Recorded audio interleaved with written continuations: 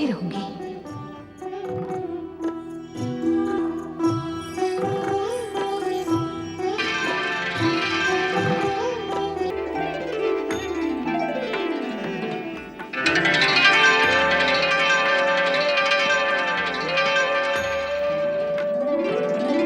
राजकुमारी सीमंतनी, माता पार्वती, माता पार्वती दर्शन दिए हैं तो अपनी कृपा, अपनी करुणा में दे दो माँ। मेरे भविष्य में लिखे दुर्भाग्य के इस कलंक को मिटा दो माँ, मिटा दो। मेरे भाग्य में लिखे वैधव्य को नष्ट कर दो माँ, नष्ट कर दो माँ, नष्ट कर दो। शांत हो जाओ सीमंतनी, शांत हो जाओ। तुम इस सत्य को समझ लो पुत्री कि विधाता के विधान को पूर्ण रूप से बदलना मेरे वश में नहीं है। तुम्हें अनेक प्रकार के कष्ट झेलने पड़ सकते हैं, फिर भी मैं तुम्हें इतना आशीर्वाद अवश्य देती हूँ कि तुम वैधव्य के कलंक से मुक्त रहोगी। आपकी कृपा पाने के पश्चात मुझे दुख भोगने पड़ेंगे माँ। ये कैसा न्याय है, कैसी नीति है? सीमंतनी, यह तो मैंने पहले ही स्पष्ट कर दिया है कि भाग्य का लेख न बदला जा सकता है और न ही मिटाया जा सकता है, परंतु तपस्या और सच्ची आराधना से दुर्भाग्य का प्रभाव समाप्त किया जा सकता है। अब मैं तुम्हें केवल यही कहूंगी कि तुम्हारे जीवन में जो भी कष्ट आए उन्हें हंसते हंसते सहना, पर इस बात का विश्वास रखना कि मेरा आशीर्वाद सदा तुम्हारे साथ है।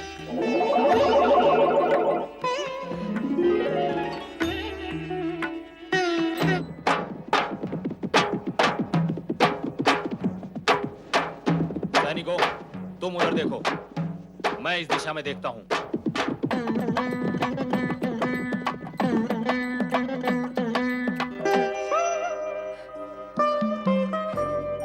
राजकुमारी, आप यहाँ? हमने आपको कहां-कहां नहीं ढूंढा। वहां राजमहल में महाराज और महारानी आपके लिए कितने चिंतित और व्याकुल हो रहे हैं। तो क्या मैं चिंतित और व्याकुल नहीं हूँ? किंतु महाराज चित्रसेन की घोषणा के अनुसार आपके स्वयंवर का आयोजन हो चुका है और आपके स्वयंवर में भाग लेने के लिए दूर-दूर राज्यों से राजपुरुष पधार चुके हैं। और ऐसे समय में आपके वहां ना होने से महाराज व महारानी को अपयश की कितनी पीड़ा भोगनी पड़ सकती है, तनिक उसका अनुमान लगाए राजकुमारी। क्योंकि संतान के सुख के लिए माता पिता कष्ट उठाए और संतान स्वयं के सुख के लिए माता पिता को कष्ट दे, इसमें अंतर होता है राजकुमारी। क्योंकि संतान के सुख के लिए माता पिता जो कष्ट उठाते हैं वो कष्ट आनंद देता है, किंतु संतान जो कष्ट देती है वो पीड़ा माता पिता के लिए असहनीय होती है। यदि इस सेवक की बात आपकी समझ में आ गई हो तो शीघ्र ही राजमहल चलें और आपकी चिंता में व्यक्त महाराज व महारानी के चित्त को शांत करें।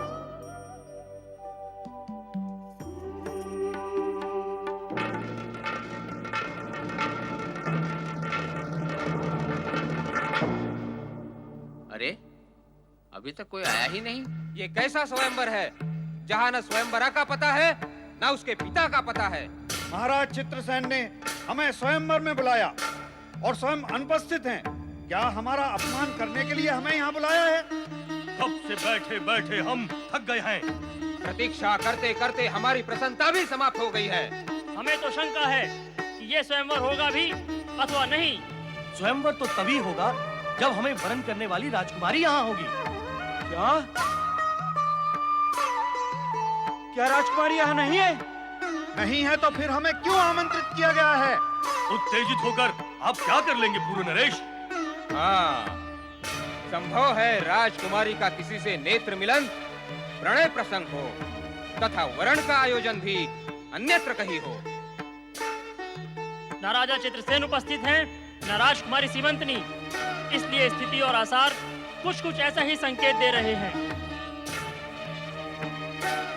स्वयंवर में उपस्थित सभी राजपुरुषों का हम महाराज चित्रसेन और महारानी चंद्रिका की ओर से हार्दिक स्वागत करते हैं। आप सभी ने इस शुभ घड़ी की धैर्यपूर्वक प्रतीक्षा की, इसके लिए आप सभी आदरणीय राजपुरुषों को अनेकानेक धन्यवाद। अभी कुछ ही क्षणों में राजकुमारी सीमंतनी यहां उपस्थित होंगी और इस स्वयंवर का कार्यक्रम गतिमान होगा।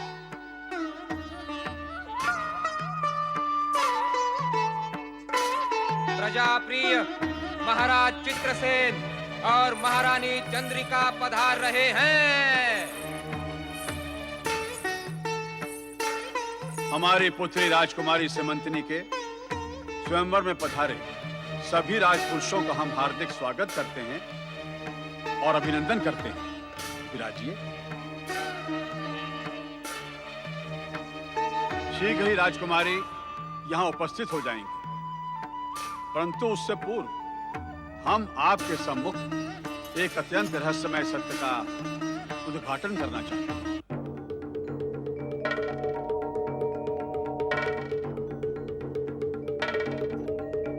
क्योंकि उस रहस्यमय सत्य का संबंध हमारी पुत्री सीमंतनी से है, जिसके स्वयंवर में आप लोग पधारे हैं।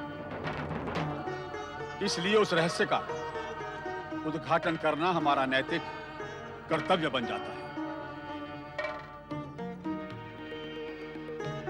कुछ जोशियों ने उसके बारे में ये भविष्यवाणी की है कि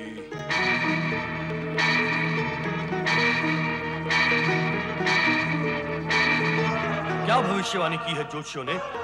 शीघ्र कहें कि क्या है वो भविष्यवाणी। कि जब हमारी पुत्री 20 वर्ष की अवस्था में होगी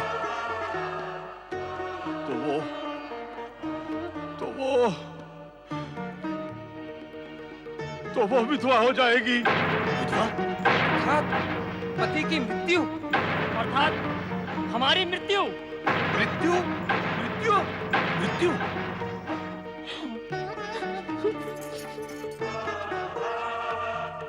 आप में से कुछ ऐसे हो सकते हैं जिनको इस प्रकार की भविष्यवाणियों पर विश्वास ही नहीं, और कुछ शूरवीर ऐसे हो सकते हैं जो इस भविष्यवाणी को सत्य मानकर भाग्य की ना मिटने वाली रेखाओं को मिटाने के लिए अपने आप को प्रस्तुत करते हैं। आप यहां पधारे, हम आपको बहुत बहुत धन्यवाद देते हैं। हमें ना तो तुम्हारा धन्यवाद चाहिए और ना ही तुम्हारी राजकुमारी। हाँ, हमें अपने प्राण प्रिय हैं। हमें स्वयंवर में बुलाया है अथवा हमारी मृत्यु को बुलाया है? जब पता था कि राजकुमारी 20 वर्ष की आयु में विधवा हो जाएगी, तो स्वयंवर रचाने की आवश्यकता ही क्या थी? अरे स्वयंवर रचाया तो रचाया, यह बताने की यहाँ आवश्यकता ही क्या थी कि राजकुमारी 20 वर्ष में विधवा हो जाएगी? भला ऐसी मूर्खता भी कोई करता है? हाँ, ऐसी मूर्खता महाराज चंद्रसेन के सिवा और कोई नहीं कर सकता। राजा चंद्रसेन ने विधवा होने का रहस्य ना खोला होता तो हम में से ही किसी की बलि चढ़ जाती ना। स्पष्ट सत्य भी समझ में नहीं आता है।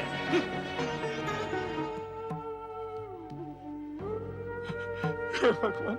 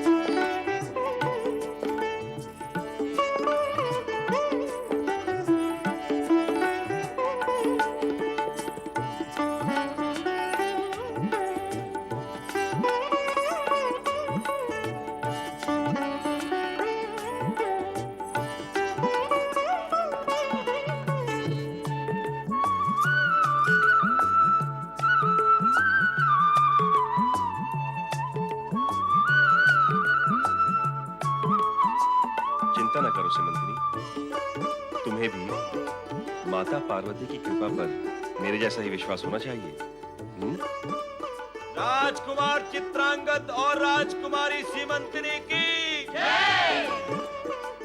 त्रिलोकीनाथ भगवान भोलेनाथ की जगत पिता भगवान भोलेनाथ की नंदी, स्वामी, देवी पार्वती कहाँ है? भगवान, वे अभी अभी आपकी वंदना करके गई। हम इसी समय उनसे मिलना चाहते हैं। हमें उनसे आवश्यक चर्चा करनी है। मैं अभी उन्हें बुला कर लाता हूँ भोलेनाथ। ओम नमः शिवाय। भोलेनाथ, यदि आपको मेरा इस समय यहाँ उपस्थित होना अनुचित प्रतीत होता हो तो नारद, तुम अपनी उत्सुकता को शांत करने के लिए समय असमय न देखकर कभी भी कहीं भी प्रकट हो जाते हैं। हम ये भी जानते हैं कि इस समय तुम हमारे और पार्वती के बीच विवाद उत्पन्न करने यहाँ आए हो।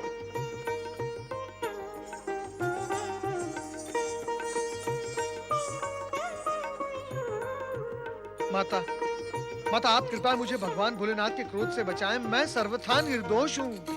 स्वामी, देवी पार्वती, हमने तुम्हारी इच्छा अनुसार नागकन्या मणिभद्रा की प्रार्थना स्वीकार की। वो जिसे पति रूप में वर्ण करना चाहती थी, उसी राजकुमार चित्रांगद के गले में राजकुमारी सीमंतिनी ने वरमाला पहना दी। वही सीमंतिनी जिसे तुमने विधवा न होने का आशीर्वाद दिया।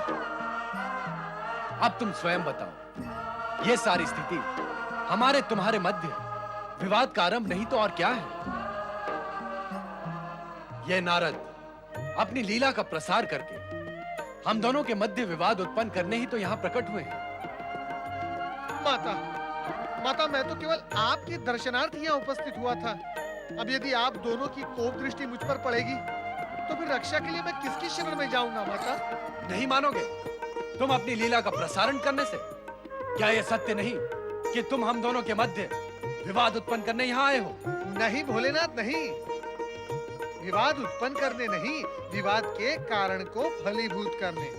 और भोलेनाथ, जब विवाद उभरेगा तो क्या सत्य भी उभर कर ऊपर नहीं आएगा? नारद, प्रभु, नारद क्या और नारद की लीलाएं क्या? नारद तो आपके चरण चिन्हों पर चलता है। पूछ ले आप माता पार्वती से। नारायण नारायण। स्वामी, अब क्षमा कर दे नारद को। मेरे और आपके मध्य विवाद और टकराहट का प्रश्न ही नहीं उठता। मैं तो जो कुछ भी करती हूँ आपसे शक्ति प्राप्त करके ही करती हूँ। इसीलिए निवेदन करती हूँ कि आने वाली घटनाओं को ऐसी दिशा दे जिससे किसी का अहित न हो और हम दोनों के वचनों की रक्षा भी हो जाए।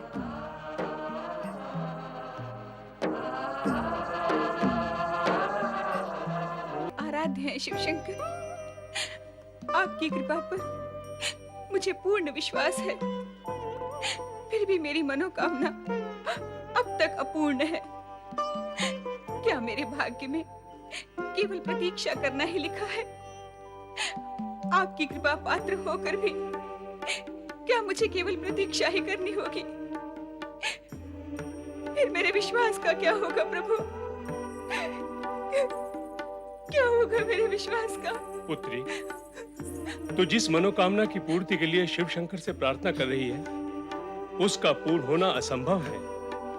ये तूने क्या किया पुत्री? ऐसी कामना ही क्यों की जिसका पूर्ण होना संभव ना हो? इसमें असंभव क्या है पिताजी? एक मानव राजकुमार तुझे नागलोक में कहाँ मिलेगा पुत्री? इस लोक में मानव की उपस्थिति तो असंभव ही है। और नागवंश की परंपरा है कि नाग कन्या का विवाह नागलोक के ही किसी राजकुमार से होना चाहिए। उचित यही होगा कि मानव राजकुमार का विचार ही मन से निकाल दे और नागलोक के ही किसी युवक को अपनाकर इस दुर्दशा से मुक्त हो पुत्री। पिताजी, मन से मानव राजकुमार का विचार निकाल देना अब मेरे लिए संभव नहीं रहा। मैंने आपके मुख से यही सुना था। हमारे आराध्य भगवान शिव शंकर अपने भक्तों की मनोकामना अवश्य पूर्ण करते हैं। वो असंभव को भी संभव कर देते हैं। मुझे आपकी बात और भगवान शिव की कृपा पर पूर्ण विश्वास है।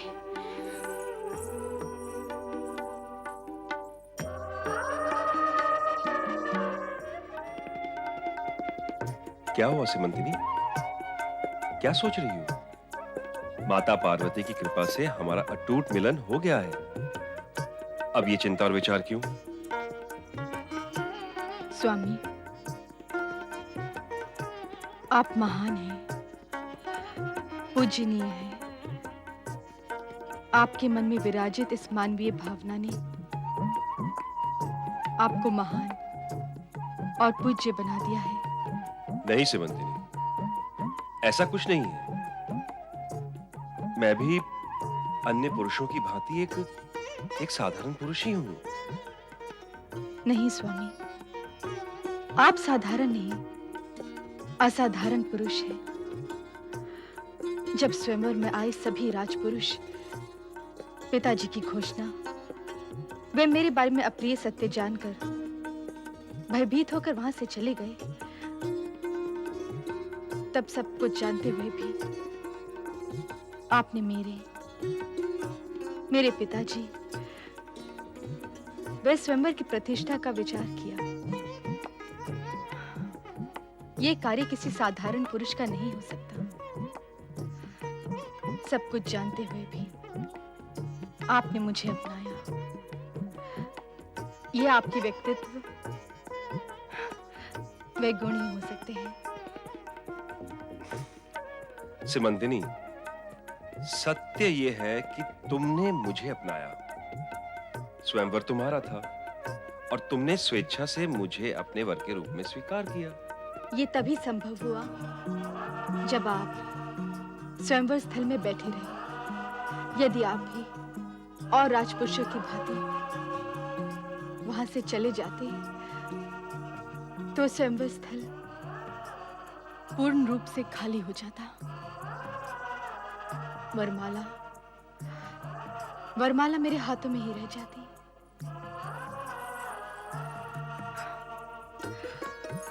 सभी राजपुरुषों के जाने के पश्चात आप वहां पर बैठे रहे।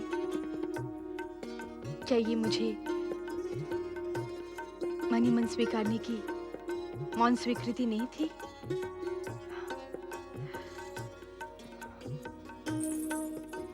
राजपुरुषों ने मेरा और मेरे पिताजी का घोर अपमान किया, किंतु आपने अंत में आके स्थिति को संभाल लिया। ये जानते हुए भी कि मैं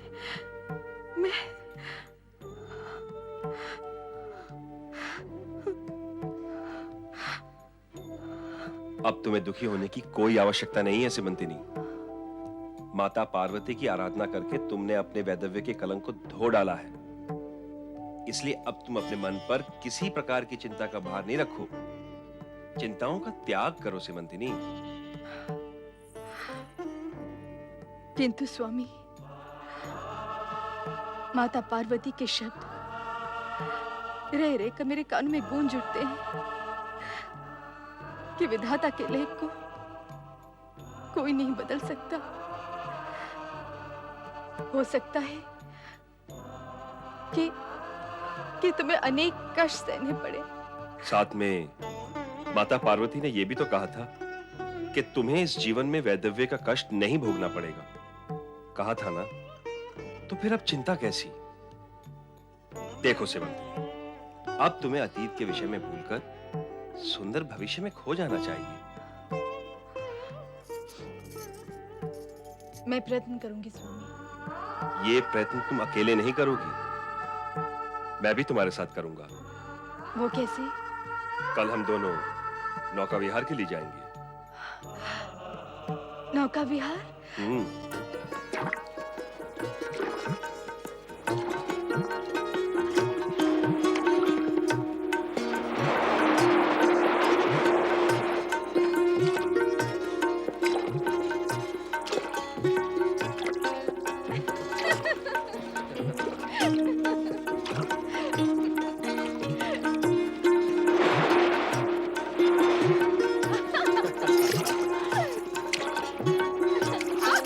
ये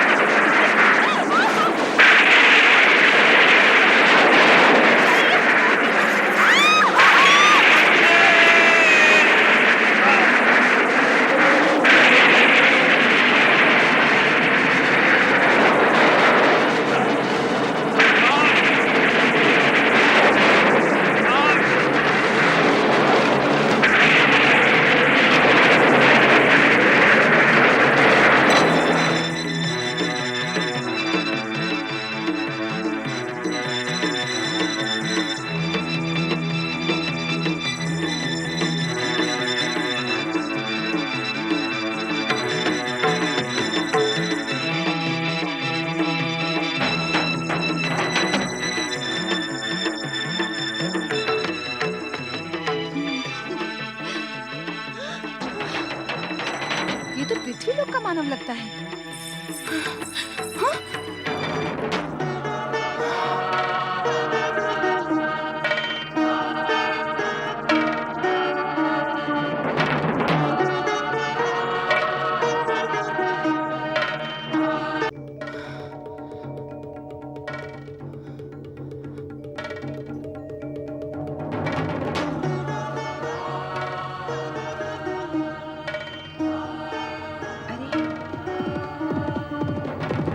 क्या ये वही घुड़सवार है?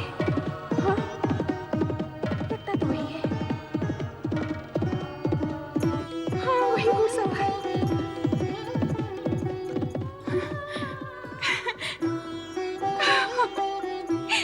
हे प्रभु, प्रभु, हे शिव शंकर, मुझे क्षमा करें।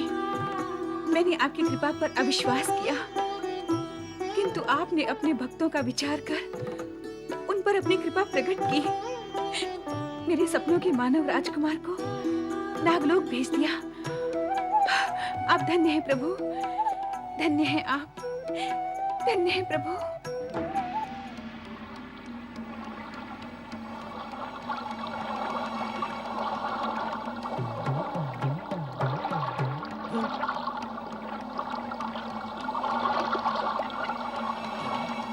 अरे ये तो हमारी राजकुमारी जी चलो है। चलकर महाराज को सूचित करते हैं। चलो उठाइए इसे। हाँ, चलो भाई उठाओ, उठाओ। धीरे। हाँ, संभाल के उठाओ भाई। हाँ, वहाँ से। आहिस्ता। यहाँ पर, यहाँ ये। ले चलो धीरे धीरे धीरे।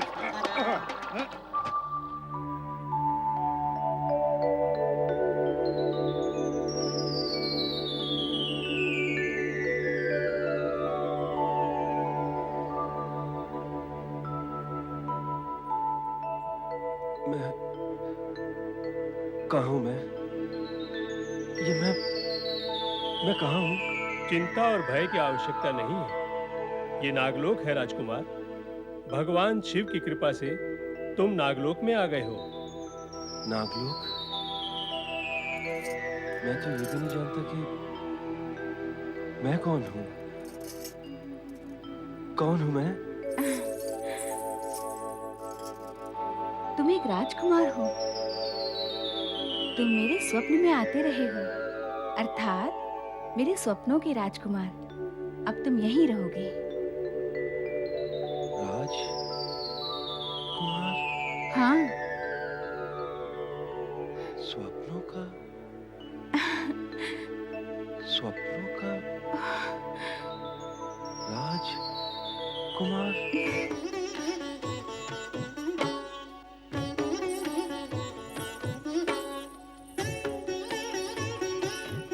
सुनो महारानी, भले ही भगवान शिव ने स्वयं ही इसे हमारी पुत्री के लिए नागलोक भेज दिया है, किंतु नागलोक की परंपरा के अनुसार हम इन दोनों का विवाह नहीं कर सकते।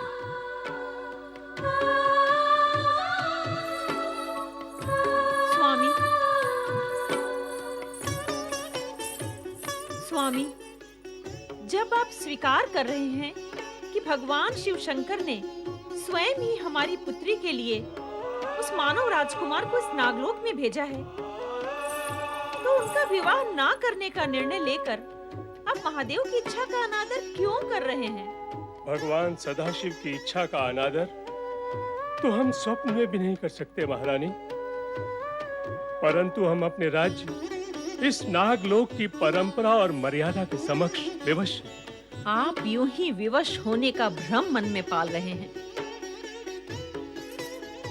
आप इस राज्य के महाराजा हैं। यहाँ की हर मर्यादा, परंपरा आपके द्वारा ही निर्धारित की हुई है। और यदि स्वयं के स्वार्थवश किसी मर्यादा या परंपरा का उल्लंघन भी करना पड़े तो हमें उसका अधिकार है। नहीं महारानी, नहीं, हमें आपका ये परामर्श स्वीकार नहीं। परंतु अपनी युवा पुत्री की मनोकामना का दमन करना आपको स्वीकार है। आपको ये भी स्वीकार है कि किसी पृथ्वी पुरुष से विवाह करने का अटल निश्चय लिए आपकी पुत्री जीवन भर अविवाहित बैठी रहे। आपको ये भी स्वीकार है? हमें शब्द जाल में उलझाओ नहीं महारानी। पुत्री मोह में तुम्हारा मन, ज्ञान, विवेक अपना संतुलन खो सकता है, हमारा नहीं। तुम भूल गई वो दिन जब हम दोनों मणिभद्रा के साथ शिव आराधना पूरी कर चुके थे? तब तुम्हारी इसी पुत्री ने तुम्हारे बार बार पूछने पर तुमसे सकुचाते हुए कहा था, माता, मैंने पिछली रात पृथ्वीलोक के जिस पुरुष को स्वप्न में देखा है, मैं उससे विवाह करना चाहती हूँ। तब तुमने ही उसे सत्य समझाते हुए कहा था, स्वप्न की बात भूल जाओ पुत्री, एक नाग कन्या का पति नाग राजकुमार ही हो सकता है, कोई मानव नहीं। और आज तुम स्वयं ही इसके विपरीत। हाँ, आज मैं स्वयं ही आपको विपरीत विचारों की दिशा में ले जा रही हूँ, क्योंकि मैं जानती हूँ कि हमारी पुत्री मणिभद्रा ने अपनी कामना पूर्ति के लिए पूरे मनोयोग से भोलेनाथ की कठिन आराधना साधना की है। और ये उसी का ही परिणाम है कि भगवान शिव शंकर ने स्वयं ही पृथ्वी के एक राजकुमार को हमारी पुत्री के लिए इस नागलोक में भेज दिया है। और इस सत्य को आप स्वयं मान भी चुके हैं। हाँ, हम ये मान चुके हैं कि हमारे आराध्य देव भोलेनाथ ने इस मानव राजकुमार को हमारी पुत्री के लिए ही यहाँ भेजा है। परंतु क्या? परंतु हमें भय है कि यदि हमने अपने स्वार्थ हेतु अपने नागलोक की परंपरा के विपरीत कोई कार्य किया तो उसका दुष्परिणाम संपूर्ण नाग जाति को न उठाना पड़े, हमारे राज्य पर कोई विपदा न आ जाए। हमारे द्वारा नागवंश की रीति, नीति और मर्यादा भंग होने पर जिस घृणित आदर्श की स्थापना होगी, उस पर हमारी प्रजा भी अनुसरण करने लगेगी। नहीं महारानी, नहीं, हम ऐसा अनर्थ नहीं होने देंगे। हम अपनी नाग कन्या का विवाह उस मानव राजकुमार से कदापि नहीं करेंगे। हे सर्वशक्तिमान, कृपा निधान, हे भोलेनाथ, आपकी माया ने जिस मानव राजकुमार के दर्शन मुझे स्वप्न में कराए थे और जिसे मैंने मन और वचन से अपना पति मान लिया था, उसे आपने कृपा करके मेरे लिए ही नागलोक में भेजा है। ये सत्य जानते हुए भी मेरे पिता उनसे मेरे विवाह का विरोध कर रहे हैं। वो नहीं चाहते कि मैं मानव राजकुमार की जीवन संगिनी बनूं। हे विधाता, हे सर्वज्ञाता, आप ये भली भांति जानते हैं कि यदि वो मुझे पति के रूप में ना मिले तो मैं जीवन भर अविवाहित रहूंगी। यदि मेरे पिता अपने निर्णय पर अटल रहे तो मैं यहीं आपके सम्मुख रो रो कर अपने प्राण दे दूंगी। ये क्या पुत्री, तुम्हारे नैनों में अश्रुधारा?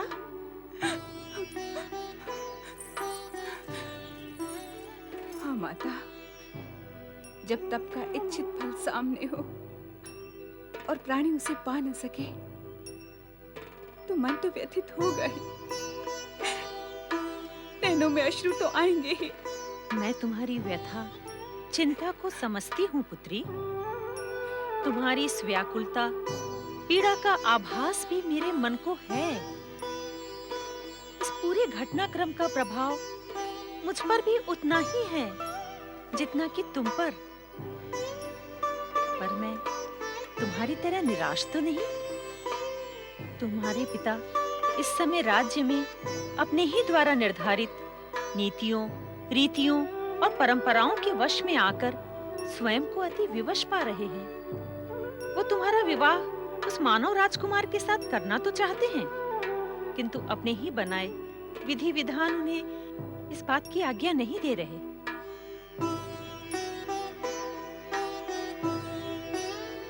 एक बात कहूं पुत्री, परिस्थितियां कितनी भी प्रतिकूल क्यों न हो जाएं, पर एक सत्य अटल है, और वो ये कि प्रत्येक अंत अपने आप में एक आरंभ भी लेकर आता है।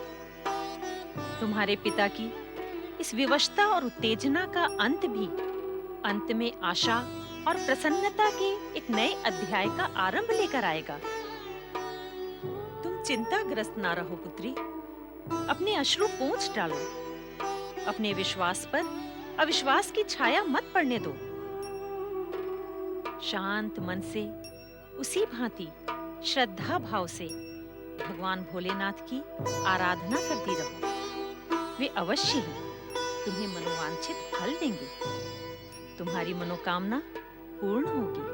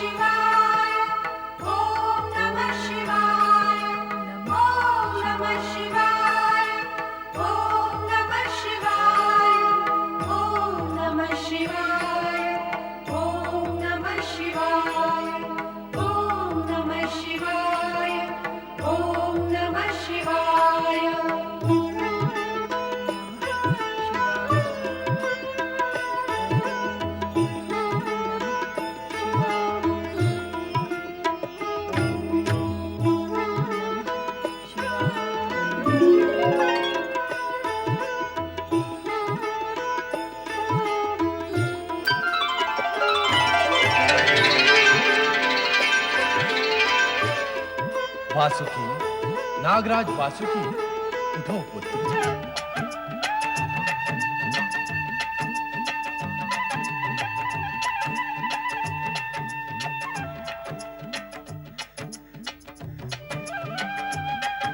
प्रभु, प्रभु, भगवान भोलेनाथ, आपने बड़ी कृपा की भोलेनाथ। हे नागवंशियों के स्वामी, आपके दर्शन पाकर मैं वासुकी धन्य हुआ प्रभु। पुत्र वासुकी, हम तुमसे अति प्रसन्न हैं, और हमारी प्रसन्नता का कारण यह है कि तुमने अपने राज्य में स्वयं द्वारा निर्धारित रीतियों और नीतियों का मन प्राण से सम्मान किया और बड़ी दृढ़ता से उनका पालन कर रहे हैं। यदि तुम चाहते तो अपने राजबल का प्रयोग करके अपनी पुत्री मणिभद्रा का विवाह उसकी इच्छा अनुसार उस मानव राजकुमार चित्रांगद से कर सकते थे, परंतु मैंने ऐसा नहीं किया प्रभु, क्योंकि मुझे भय था कि मेरे इस कार्य से समस्त नाग जाति पर दुष्प्रभाव पड़ेगा और एक नई अनुचित परंपरा का सूत्रपात हो जाएगा। इसलिए हम आज एक नए सत्य का तुमसे परिचय कराने आए, और वो सत्य ये है कि तुम्हें अपनी पुत्री मणिभद्रा का विवाह उसी मानव राजकुमार चित्रांगद से ही करना होगा। ये आप क्या कह रहे हैं प्रभु? हाँ नागराज, चित्रांगद की पत्नी बनना तुम्हारी पुत्री के भाग्य में लिखा है। और विधाता का ये लेख तुम तो क्या, स्वयं मैं भी नहीं मिटा सकता। वासुकी, तीनों लोकों में घटित होने वाली प्रत्येक घटना का आधार पहले से ही निश्चित होता है और उसके घटने का कोई ना कोई माध्यम भी बनता है। अब भाग्य अनुसार नाग मानव में संबंध स्थापित करने वाली इस विचित्र घटना के घटने का माध्यम तुम्हें बनना, तुम्हें बनना, तुम्हें बनना, तुम्हें बनना, तुम्हें बनना, तुम्हें बनना। अतः अपने राज्य के रीतियों, नीतियों और परंपराओं के टूटने का भय अपने मन से हटा दो। हम तुम्हें आश्वस्त करते हैं कि इससे तुम्हारी नाग जाति पर कोई दुष्प्रभाव नहीं पड़ेगा। अब तुम निर्भय और निसंकोच होकर अपनी पुत्री मणिभद्रा का विवाह मानव राजकुमार चित्रांगद से करने की तैयारी आरंभ करो। सब मंगल होगा। जैसी आज्ञा प्रभु। प्रभु,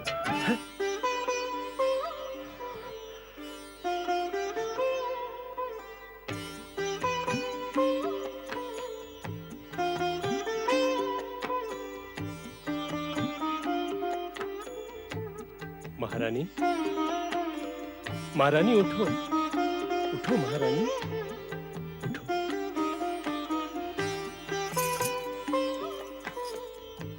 क्या बात है स्वामी, आप इतने व्यग्र और उद्विग्न दिखाई दे रहे हैं। क्या कोई दुस्वप्न देख लिया है?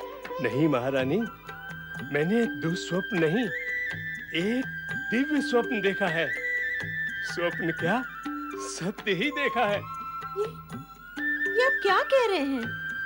कैसा स्वप्न, कैसा सत्य? महारानी, अभी अभी मेरे स्वप्न में एक सुंदर नाग से सुशोभित हमारे आराध्य देव भगवान शिव शंकर प्रकट हुए और क्या देवाधिदेव महादेव ने आपको दर्शन दिए? हाँ, और कहा कि मैं नागवंश की परंपराओं के टूटने के भय को भुलाकर अपनी पुत्री का विवाह उस मानव राजकुमार से कर दूं।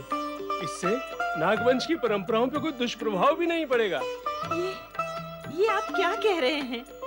सचमुच आराध्य देव ने आपसे कहा ही नहीं, उन्होंने मुझ पर यह सत्य भी उद्घाटित किया कि हमारी पुत्री के भाग्य में चित्रांगद की पत्नी होना ही लिखा है और जो जिसके भाग्य में लिखा है उसे कोई नहीं मिटा सकता। धर्म और कर्म के जिस भंवर जाल में आप इतने उलझे हुए थे, प्रभु ने स्वयं आपको उससे मुक्त कर दिया। महारानी, हमारी पुत्री की शिव आराधना सफल हुई। अब हम उसकी मनोकामना पूर्ति के मार्ग में बाधा खड़ी नहीं करेंगे।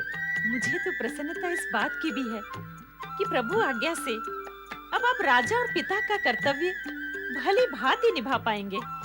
महारानी, शीघ्र ही शुभ मुहूर्त निकलवाकर हम अपनी पुत्री का विवाह कर देंगे।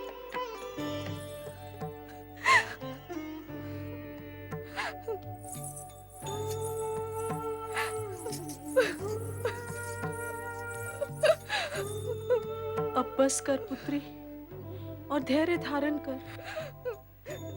कैसे धैर्य धारण करूं माँ?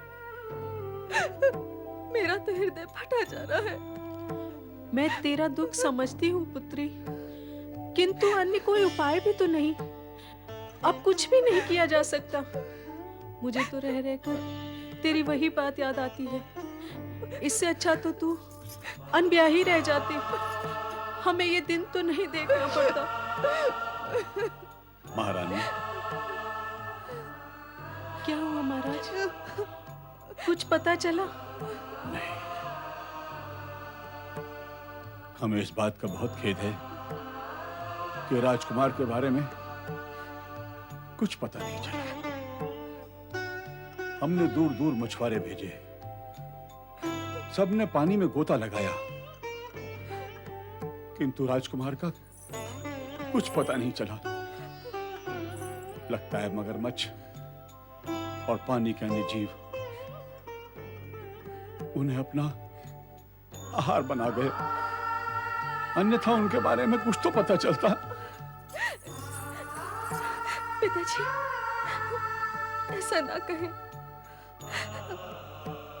माता पार्वती ने मुझे वरदान दिया था कि मैं आजीवन सौभाग्यवती रहूंगी।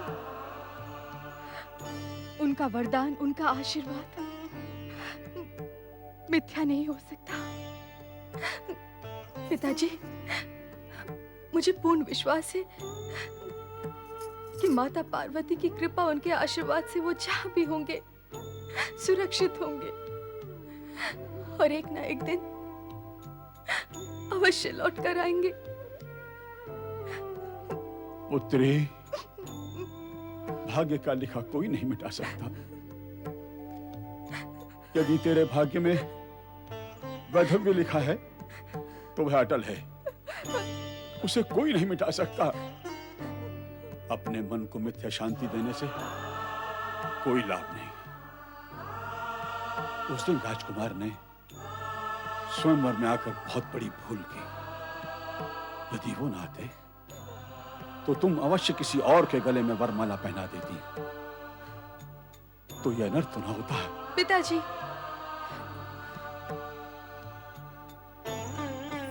पिताजी, जब आपको भाग्य के लेख में इतना अमिट विश्वास है, तब आप ये क्यों नहीं समझते कि वैधव्य तक पहुंचने के लिए मुझे किसी न किसी से विवाह तो करना ही था।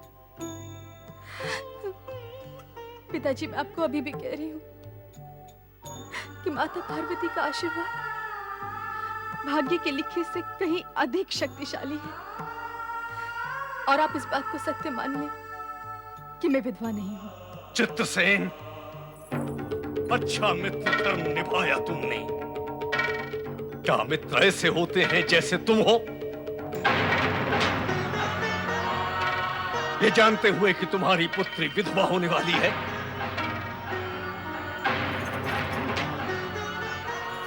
तुमने मेरे पुत्र चित्रांगद को स्वयंवर में बुलाकर मृत्यु पथ दिखाया। कौन कहेगा तुम्हें मित्र? तुम मित्र नहीं हो, शत्रु हो, प्राणघातक शत्रु।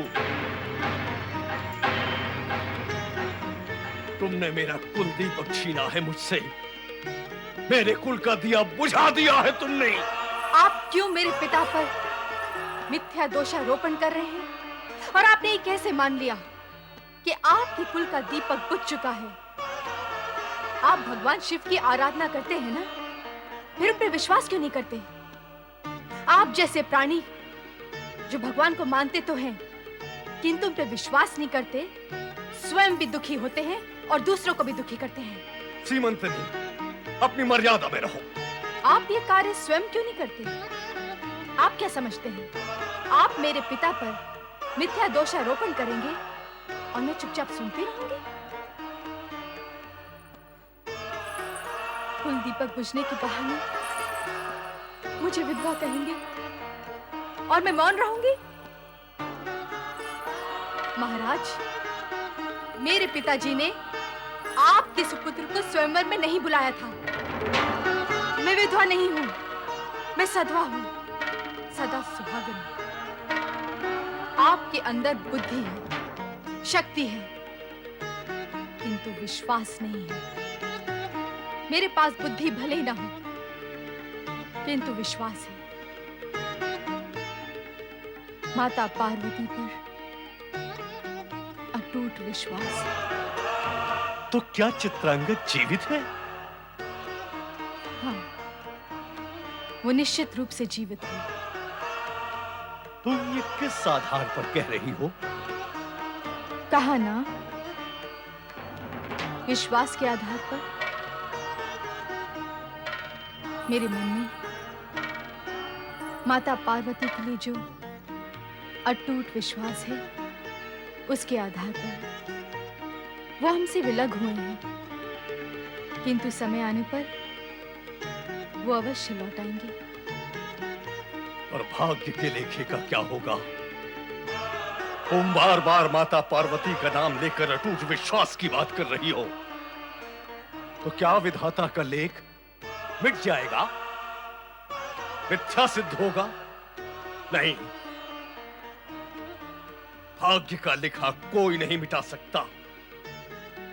और सत्य तो यही बात है कि तुम्हारे दुर्भाग्य की काली छाया ने मेरे पुत्र को छीन लिया। तुम और अधिक मुझे भरमाने की चेष्टा मत करो। अर्थात आपको मेरी बात पर विश्वास नहीं है? विश्वास का कोई कारण नहीं, और भाग्य के लिखे को आज तक कोई नहीं मिटा सका। भाग्य भाग्य भाग्य बजाते रहे आप लोग भाग्य का डंका, किंतु मैं तो अपने विश्वास की बांसुरी बजाती रहूंगी। मैं आपसे पुनः कहती हूँ कि वो अवश्य लौट कर आएंगे, और जब तक वो लौट कर नहीं आते, मैं आप भाग्यवादी लोगों के बीच रहकर भाग्य की अग्नि से अपने विश्वास को नहीं झुलसा सकती। जब वो लौट कर आएंगे तभी मैं अपना मुंह दिखाऊंगी। सीमंतनी, पुत्री सीमंतनी।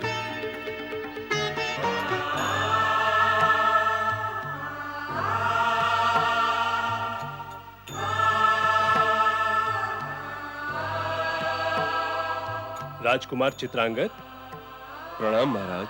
आयुष्मान भव। राजकुमार, हम देख रहे हैं जब से आप हमारे राज्य में आए हैं तब से आपके मुखमंडल पर कोई चिंता जैसे पांव फैलाकर बैठ गई है। आपके होठों की मुस्कान को जैसे किसी पीड़ा ने अपना ग्रास बना लिया है।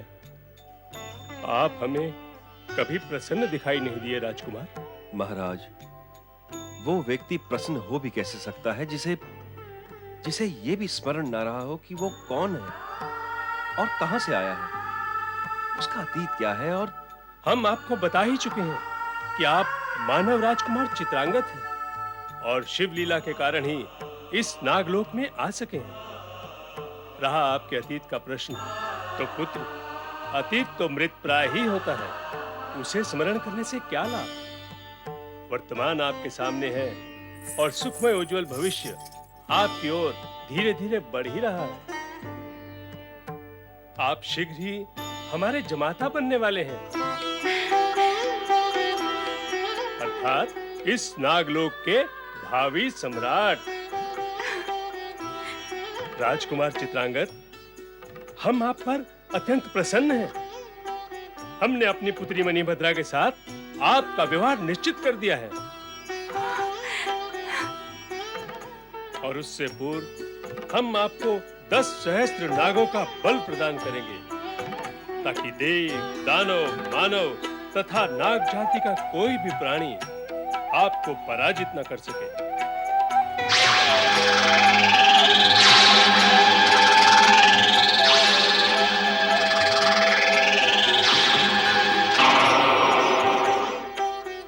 आप में 10 सहस्त्र नागों का बल समा गया है राजकुमार। शक्ति स्वरूपा माता पार्वती की जय। भगवान भोलेनाथ कहाँ है माता? मैं नहीं जानती कि वे कहाँ हैं। ध्यान लगाकर देखने पर भी वे कहीं दिखाई नहीं दिए। ओम भगवत्यै पार्वत्यै नमः। ओम भगवत्यै पार्वत्यै नमः। ओम भगवत्यै पार्वत्यै नमः। माता पार्वती, मुझ पर दया करो, मेरे स्वामी मुझे लौटा दो, अपना वचन निभाओ माँ, दया करो माँ। भगवान भोलेनाथ की जय। महेश्वर शिव शंकर की जय। क्या बात है देवी पार्वती, तुम इतनी उद्विग्न क्यों हो रही हो? क्या इसलिए कि हम यहाँ नहीं थे? हाँ प्रभु, मैं सीमंतनी को देखकर अत्यंत विवल हूँ। मैं इस समय यही सोच रही हूँ कि आपसे नाग कन्या मणिभद्रा की प्रार्थना स्वीकार करने की विनती करके मैंने कितनी बड़ी भूल की। यदि मैं उसकी प्रार्थना का निर्णय आप पर छोड़ देती तो आज सीमंतनी की यह दशा न होती। बैठो देवी पार्वती। यदि हम तुमसे ये कहें कि नाग कन्या की प्रार्थना का समर्थन तुमने हमारे ही इच्छा से किया था, तो ऐसी स्थिति में तुम क्या सोचोगी और कहोगी? तुम मौन क्यों हो गई देवी पार्वती? सिमंतनी की दशा पर तुम्हें दुखी होने की आवश्यकता नहीं। कारण होते हुए भी नहीं। कारण है ही नहीं। सिमंतनी भविष्यवाणी के अनुसार वे उपरांत भी विधवा नहीं हुई। ये क्या कम उपलब्धि है? किंतु अभी उसे धैर्य की आवश्यकता है। धैर्य? परंतु कब तक? क्या चित्रांगद शीघ्र ही पुनः पृथ्वी पर लौट आएगा? हमने नागकन्या की प्रार्थना स्वीकार करके उसकी मनोकामना पूर्ण कर दी। अतः हमारा कार्य समाप्त हुआ। अब तुम्हारा कार्य आरंभ होगा। मेरा कार्य? हाँ देवी, चित्रांगद को पृथ्वी पर लौटाकर और सिमंतिनी को दिए गए वरदान को सत्य कर दिखा तुम्हारा कार्य। आप क्या कहना चाहते हैं स्वामी? किस कार्य की चर्चा कर रहे हैं आप? मुझे क्या करना चाहिए? देवी, स्मरण करो, आपने क्या कहा था हमसे? किस विषय में स्वामी? विषय तो सिमंतिनी का ही चर्चा में है, इसलिए हम उसी की बात कर रहे हैं। तुमने हमसे कहा था कि विधाता के विधान सिमंतिनी के भाग्य की रेखाओं को हम इस प्रकार निर्देशित करें जिससे इसके भाग्य में हस्तक्षेप न करके भी हमारे और तुम्हारे वरदानों की रक्षा हो सके। हाँ प्रभु, कहा था। हमने चित्रांगद के प्राण बचाकर उसे नागलोक पहुंचाकर यही किया है। हाँ स्वामी, अब स्थिति स्पष्ट हो रही है। तो क्या अब तक स्थिति अस्पष्ट थी? स्थिति और मेरे मध्य आपकी लीला का प्रभाव प्रबल था भोलेनाथ। तो क्या अब वो प्रभाव दुर्बल हो गया है? नहीं स्वामी, आपका प्रभाव दुर्बल क्यों होगा? वो तो अब आत्मसात हो गया है। फिर तो तुम ये भी जान गई होगी कि अब तुम्हें क्या करना है। स्वामी, आपने चित्रांगद के प्राण बचाकर उसे नागलोक पहुंचा दिया है, अर्थात सीमंतनी विधवा नहीं है, और अब मुझे उसे वैधव्य के मिथ्या आरोप व कलंक से मुक्त कराना है। देवी, यदि तुम चाहो तो हम तुम्हारी सहायता कर सकते हैं। मैं क्यों नहीं चाहूंगी? क्या आपकी सहायता के बिना अब तक मैं कुछ कर सकी हूँ और भविष्य में कुछ कर सकूंगी? अब आप मेरा मार्गदर्शन करें। अवश्य करें, और बताते हैं कि वो शुभ दिन कल ही है जब चित्रांगद का विवाह मणिभद्रा से होगा।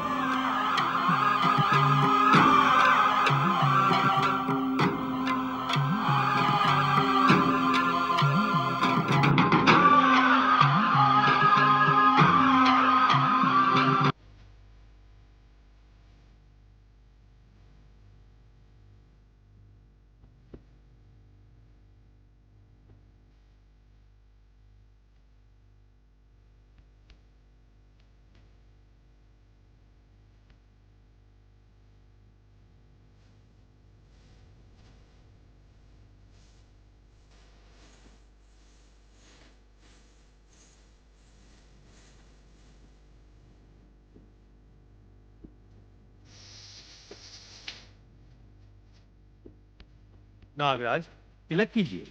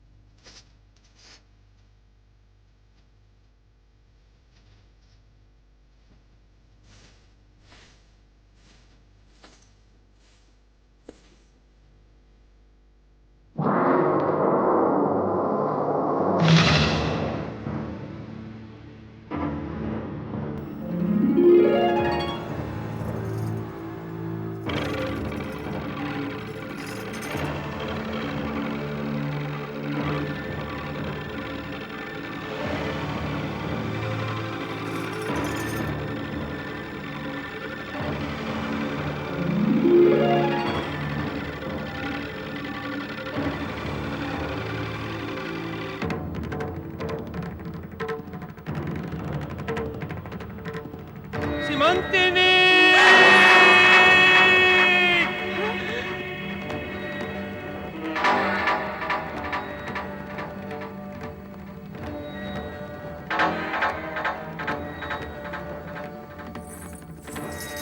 क्या हुआ स्वामी? क्या हुआ? क्या हुआ राजकुमार? आप अचानक इस तरह विचलित क्यों होने लगे? क्या हुआ? आपका स्वास्थ्य तो ठीक है ना? अरे कोई वैद्य राज को बुलाओ। क्या हुआ स्वामी? क्या हुआ? क्या हुआ आपको? कुछ तो बोलिए। मुझे कुछ धीरे धीरे स्मरण हो रहा है। मुझे अब स्मरण हो रहा है। क्या स्मरण हो रहा है आपको राजकुमार? अतीत की सारी घटनाएं चित्र के समान मेरे सामने प्रकट हो रही हैं।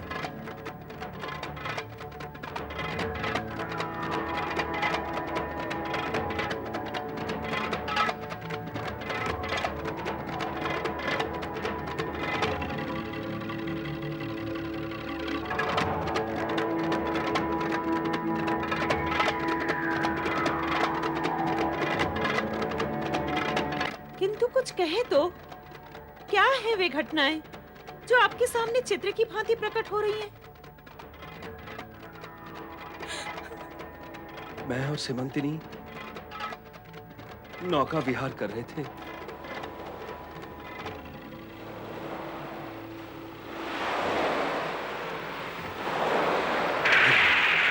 फिर एक भयंकर तूफान आया। नाव उलट गई। हम दोनों ने एक दूसरे का हाथ थामने का बहुत प्रयत्न भी किया, पर कुछ न कुछ हम दोनों अलग हो गए। भाग्य के खतरे खाता हुआ मैं यहां नागलोक तक आ पहुंचा, पर उस बेचारी सीमंतिनी को तो वहां वैधव्य का आरोप सहन करना पड़ रहा होगा ना। सीमंतिनी? कौन सीमंतिनी? मेरी पत्नी सीमंतिनी।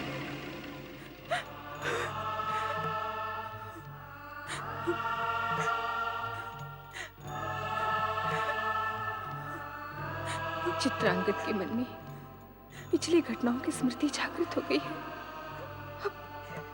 अब मेरे भविष्य का क्या होगा? क्या होगा? नहीं, मुझे चित्रांगद से कोई अलग नहीं कर सकता। कोई अलग नहीं कर सकता मुझे। कोई नहीं।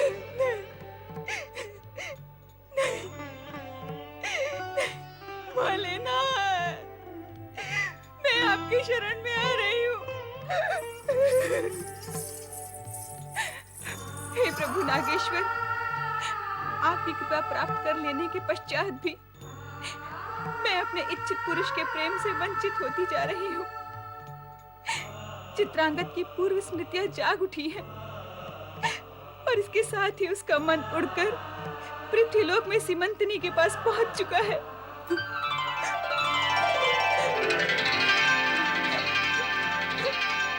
नागकन्या मणिभद्रा,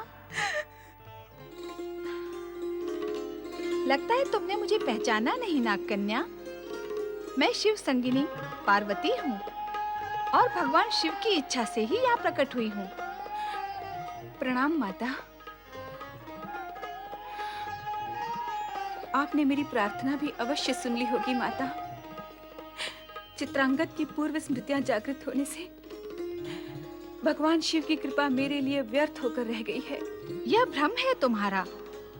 तुम्हारा यही भ्रम दूर करने के लिए मैं यहाँ प्रकट हुई हूँ। एक बार अपने सपने के राजकुमार को पाकर तुम्हारी मनोकामना पूर्ण हो चुकी है। नागलोक में मानव चिरकाल तक नहीं रह सकता। उसे एक न एक दिन तो जाना ही होता है। सीमंतिनी के सुहाग की रक्षा के लिए तुम्हें चित्रांगद का मोह छोड़ना ही होगा। उसे स्वयं सीमंतनी के पास पृथ्वी लोक पहुंचाना होगा। इसी में तुम्हारा और उसका हित है। मनुष्य लोक में नागों को देवताओं के समान पूजा जाता है। तुम भी चित्रांगद का सहर्ष त्याग करके अपने देवत्व का परिचय दो और मनुष्य जाति की शुभकामनाएं प्राप्त करो। मुझे पूर्ण विश्वास है कि तुम मेरी बात मानकर वही करोगी जो तुम्हारे योग्य व उचित है। प्रणाम माता। कल्याण भव।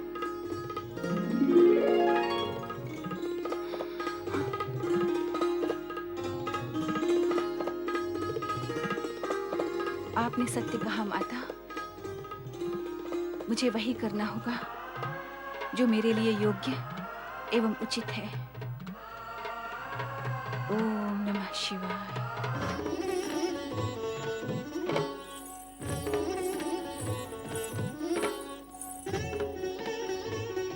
क्या सोच रहे हैं राजकुमार?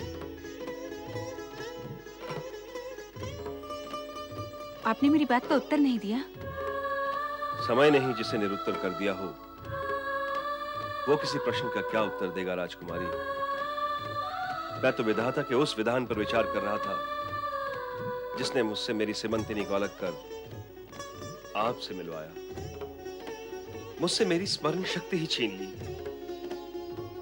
प्रभु इच्छावश आपने मुझे अपना पति माना और उधर मेरी पत्नी को मेरे जीवित होते हुए भी वैधव्य का दुख झेलने पर विवश कर दिया। अपने मन में उत्पन्न हुए विषाद को मिटा डालिए राजकुमार। मैं आपको इस धर्म संकट से मुक्त करने आई हूँ। अब आप किसी भी अनचाहे बंधन में बंधकर यहाँ इस नागलोक में एक पल भी नहीं रहेंगे। आपको यहाँ भेजकर भगवान शिव ने मेरी मनोकामना पूर्ण की और अब मैं माता पार्वती के आदेश का पालन करूंगी। मैं कुछ समझा नहीं राजकुमारी। माता पार्वती के आदेश अनुसार अब मुझे आपको पृथ्वीलोक आपकी धर्म पत्नी सीमंतनी के पास पहुंचाना है। मणिभद्रा? हाँ राजकुमार। पुत्री मणिभद्रा? पिताजी, राजकुमार चित्रांगद अब एक पल के लिए भी नागलोक में नहीं रहेंगे। भगवान शिव ने मेरी मनोकामना पूर्ण की। अब मैं माता पार्वती के आदेश को पूर्ण करूंगी। राजकुमार चित्रांगद को अब मुझे पृथ्वीलोक उनकी धर्मपत्नी सीमंतनी के पास पहुंचाना होगा। राजकुमारी मणिभद्रा? हाँ राजकुमार चित्रांगद, आपको पृथ्वीलोक पहुंचाकर मैं अपना नाग धर्म निभाऊंगी। राजकुमार, जब आपका मन पृथ्वीलोक पहुंच चुका है तो आपके शरीर को विवशता में बांधकर यहाँ रखना अधर्म है और मैं ये अधर्म नहीं करूंगी। आइए राजकुमार।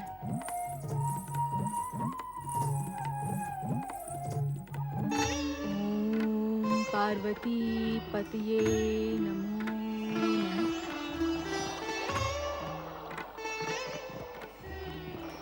ओम पार्वती पतये नमो नमः।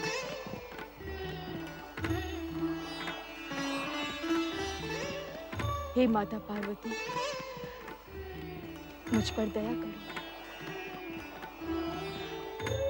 अपना वचन पूरा करो माँ। मेरा सुहाग मुझे लौटा दो, मेरे स्वामी को मुझे लौटा दो माँ। तुम तो सबकी मनोकामना पूर्ण करती हो, फिर इस दुखियारी के भाग्य में ये दुख क्यों माँ, क्यों? ओम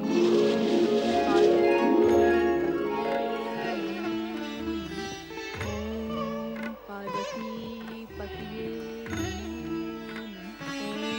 ओम पार्वती पतिये नमो नमः। मेरी स्वप्नों की राजकुमार माता पार्वती के आदेश से मैं तुम्हें सीमंतनी को सौंपने आई हूँ। तुमने इतने समय तक नागलोक का आतिथ्य स्वीकार किया, उसके लिए मैं तुम्हारी आभारी रहूंगी। नहीं राजकुमारी मणिभद्रा, उपकार तो तुमने मुझ पर किया है। मैं आभारी हूं तुम्हारे उपकार के लिए।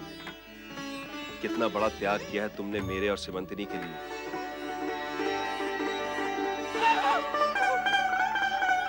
स्वामी,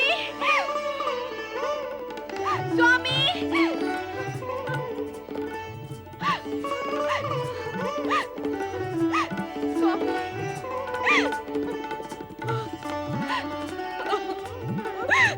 स्वामी आप आ गए।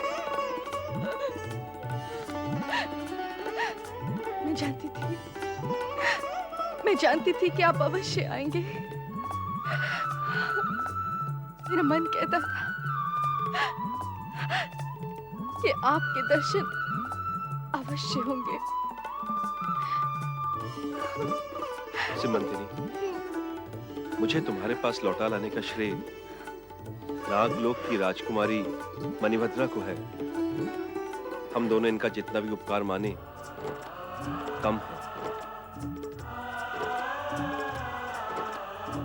इस शुभ मिलन का श्रेय मुझे क्यों? ये तो माता पार्वती की कृपा का परिणाम है। हम सबको मिलकर भगवान शिव और माता पार्वती का उपकार मानना चाहिए। सत्य है राजकुमारी मणिभद्रा, माता पार्वती की कृपा के कारण ही मैं अब तक जीवित रह सकी। उन्होंने ही मुझे विश्वास और आधार दिया। मेरे पिता नागराज वासुकी ने राजकुमार चित्रांगद को 10 सहस्त्र नागों का बल प्रदान किया है। अतः पृथ्वीलोक पर युद्ध में अभिनय कोई पराजित नहीं कर सकेगा। अर्थात पिता और पुत्री दोनों ने ही हम दोनों पे उपकार किया है। इस सत्य को इस प्रकार कहो ना कि भगवान शिव और माता पार्वती ने हम सब पर उपकार किया है। उनकी कृपा तो अदृश्य है, किंतु तुम्हारा उपकार तो प्रत्यक्ष ही प्रकट है। निसंदेह नाग जाति महान है राजकुमारी मणिभद्रा।